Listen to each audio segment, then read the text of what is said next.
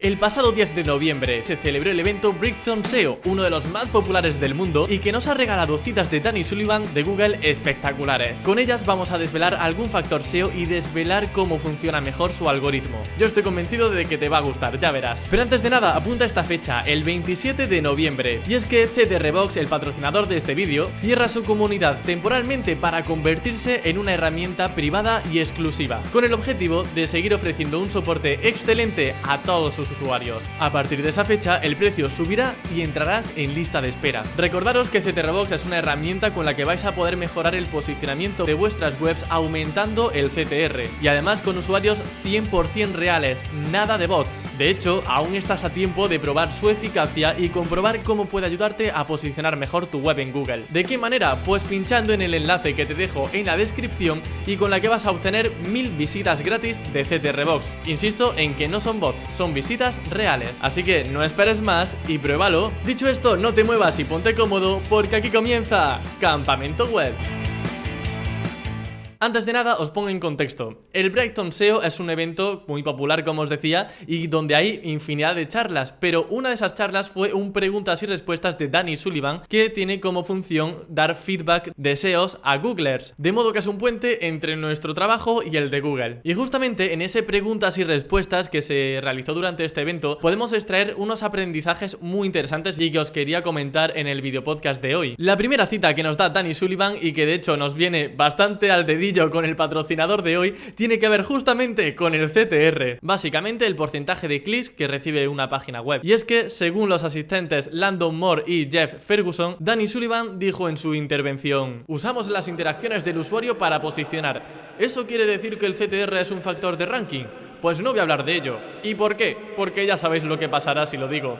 O sea que, como se suele decir, no dijo nada y lo dijo todo. Y de hecho, si revisáis la actualidad SEO de la semana pasada, comprobaréis que efectivamente, y esto lo han confirmado ellos, utilizan interacciones del usuario dentro de las SERPs de Google, con lo que se confirmaría el CTR como uno de los factores de ranking para posicionar en Google. Otro dato curioso que podemos extraer de esta intervención tiene que ver con el EEAT, un tema tan querido y tan odiado por otros. Y es que, según cita Kinichi en Twitter, Danny Sullivan ha explicado en el evento que los consejos comunes de SEO, como tener biografías de autores, información sobre las páginas, como una sección de sobre nosotros, etc., no cumplen con la intención principal, que es generar confianza en los usuarios. Por tanto, Google no está revisando cada autor, no está revisando cada biografía, viendo si es verídica, si no, sino que ese dato simplemente, al ser útil para el usuario a largo plazo y en conjunto con todos los elementos de tu página web, podrían ayudarte a mejorar posiciones, ya que generas confianza con el lector y seguramente pues siga visitando tu web en un futuro, generando búsquedas de marca, etc. Pero que solamente por tener biografías no vas a aumentar en rankings. Es simplemente una de las acciones que podemos hacer para que en global tu página web sí que sea percibida con mejores ojos para el usuario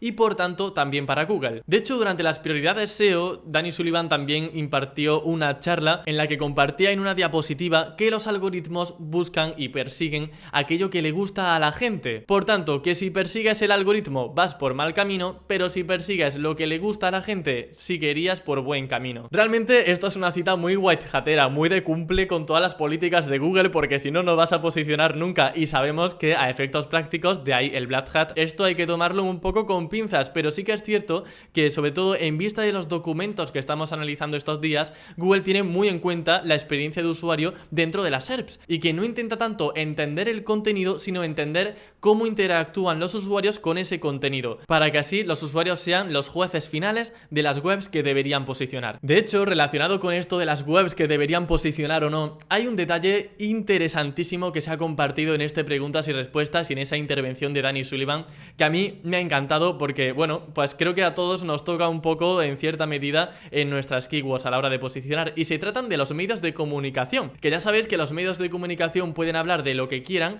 que siempre van a posicionar bien o casi siempre para cualquier aspecto que traten. Sin embargo, sitios web que son muy especializados y con menos autoridad no logran posicionar, justamente por eso, por la falta de autoridad. Pero aquí hay un tema que me tranquiliza, y es que desde Google admiten que su algoritmo no es perfecto y que aunque buscan un sistema equitativo y justo para todos, no siempre se da el caso. Especifican que son conscientes de que a veces grandes medios de comunicación posicionan para keywords incluso con un mal contenido cuando existen webs más pequeñitas con un mejor contenido. ¿Cuál es la buena noticia de todo esto? Pues que son conscientes de este problema y que siguen trabajando en esto para que todos tengamos las mismas oportunidades de posicionar dentro de Google. Así que gracias Google por escuchar nuestro feedback. Y bueno, si veis el calendario, confirmaréis que efectivamente 2023 se acaba ya mismo, que estamos con el final de año a la vuelta de la esquina. Y aquí hay algo interesante con respecto a Google SGE, y es que ya sabes que este experimento de Google SGE finaliza el 31 de diciembre. Y diréis, ostras Emilio, ¿y qué pasa después de esa fecha? ¿Qué pasa después del 31 de diciembre cuando en Google Labs pone que ya ha finalizado el periodo de prueba de Google SGE? Lo primero que extraña es que tenga una fecha de finalización, pero sin embargo sí que tiene sentido, y es que tal y como ha indicado Sullivan, al tratarse de un experimento debe tener una fecha de conclusión. No puede haber un experimento que dure eternamente. Sin embargo, esa fecha del 31 de diciembre no significa que a partir de esa fecha vaya a mostrarse a todo el público, o no al menos tal y como se está mostrando actualmente. Quizás implanten algunos elementos de forma cautelosa en la búsqueda en general para todos, pero como digo, de forma pausada y no todo de golpe. No vamos a tener Google SGE de repente el 1 de enero de 2024. Lo único que tenemos confirmado por Google es que después de esa fecha del 31 de este año seguirán experimentando con nuevos modos de seguir avanzando en este campo. Así que mi opinión sobre esto es que todavía estamos lejos de ver un Google SGE abierto a todo el mundo. Ahora bien, como experimento cerrado para un público en concreto y tan específico como somos los SEOs, tengo otra buena noticia, y es que este experimento se ha desplegado a 120 países más, entre los que por ejemplo se incluye México como país hispanohablante. Sin embargo, España todavía no es uno de esos países que tiene Google SGE habilitado, por lo que nos quedará esperar un poco más para poder probar esta nueva versión de Google en nuestro ordenador. Pero como digo, me gusta que ya esté al menos en un país hispanohablante como es México, para que así al menos Google vaya trabajando el español un poquito y no se quede todo en otros idiomas. Bueno, vamos a finalizar estas citas de Danny Sullivan con una que me causa especial terror. Y no digo intriga ni misterio, digo terror. Mirad, ya sabéis cómo ha estado Google en las últimas semanas con infinidad de actualizaciones, que era una tras otra, siguen habiendo actualizaciones. De hecho ahora mismo tenemos el Core Update y el Product Review Update.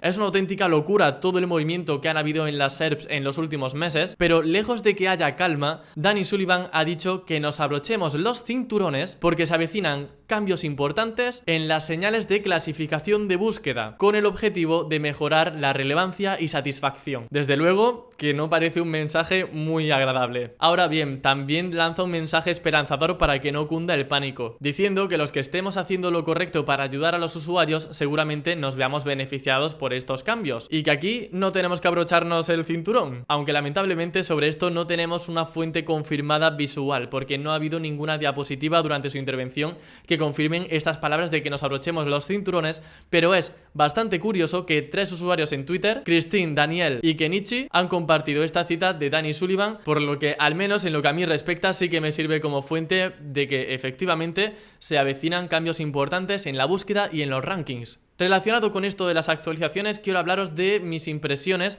con el Core Update de noviembre, que sabéis que sigue desplegado a día de hoy, y realmente yo no he notado una gran volatilidad en cuanto a posiciones. Es cierto que sí que sigue la tendencia de meses anteriores, por ejemplo las webs que bajaban siguen bajando lamentablemente y las webs que subían siguen subiendo afortunadamente, pero en menor medida. No hay un cambio tan brusco como ha habido en otros Core Updates o en otras actualizaciones. Igualmente me encantará leer vuestros comentarios para ver vuestro feedback y cómo os ha afectado en vuestras webs. Además, recordaros que desde el 8 de noviembre está desplegado el Product Review Update, que afecta principalmente a sitios de afiliación, y es el último que anunciarán públicamente, ya que confirman que se están desplegando actualizaciones de este constantemente. Y para finalizar, vamos a hablar de OpenAI, vamos a hablar de ChatGPT, y es que tenemos una noticia que seguramente os encante. Ahora todos los usuarios que tenéis ChatGPT Premium podéis crear vuestro propio chatbot personalizado, entrenado por vosotros al estilo ChatGPT. De hecho, y esto es lo mejor, en un futuro habilitarán una tienda de GPTs en la que podrás ganar dinero si tu chat se usa mucho. ¿Qué podemos extraer con esto? Pues que si haces un chat como una herramienta útil y muy utilizada, podrás tener aquí otra vía de ingresos extra, aunque no han confirmado cuánto pagarán por los usos que hagan de tu herramienta. Por el momento se están haciendo chatbots especializados en cómo negociar, en reglas de juegos de cartas o incluso en SEO. Así que en cuanto tenga un listado de chatbots especializados en SEO y que nos puedan servir como herramientas, ya sea para analizar un contenido, para analizar intenciones de búsqueda, para transcribir vídeos y hacer resúmenes, os lo diré. Y por mi parte nada más, muchas gracias como siempre por llegar al final de este video podcast. Por mi parte me despido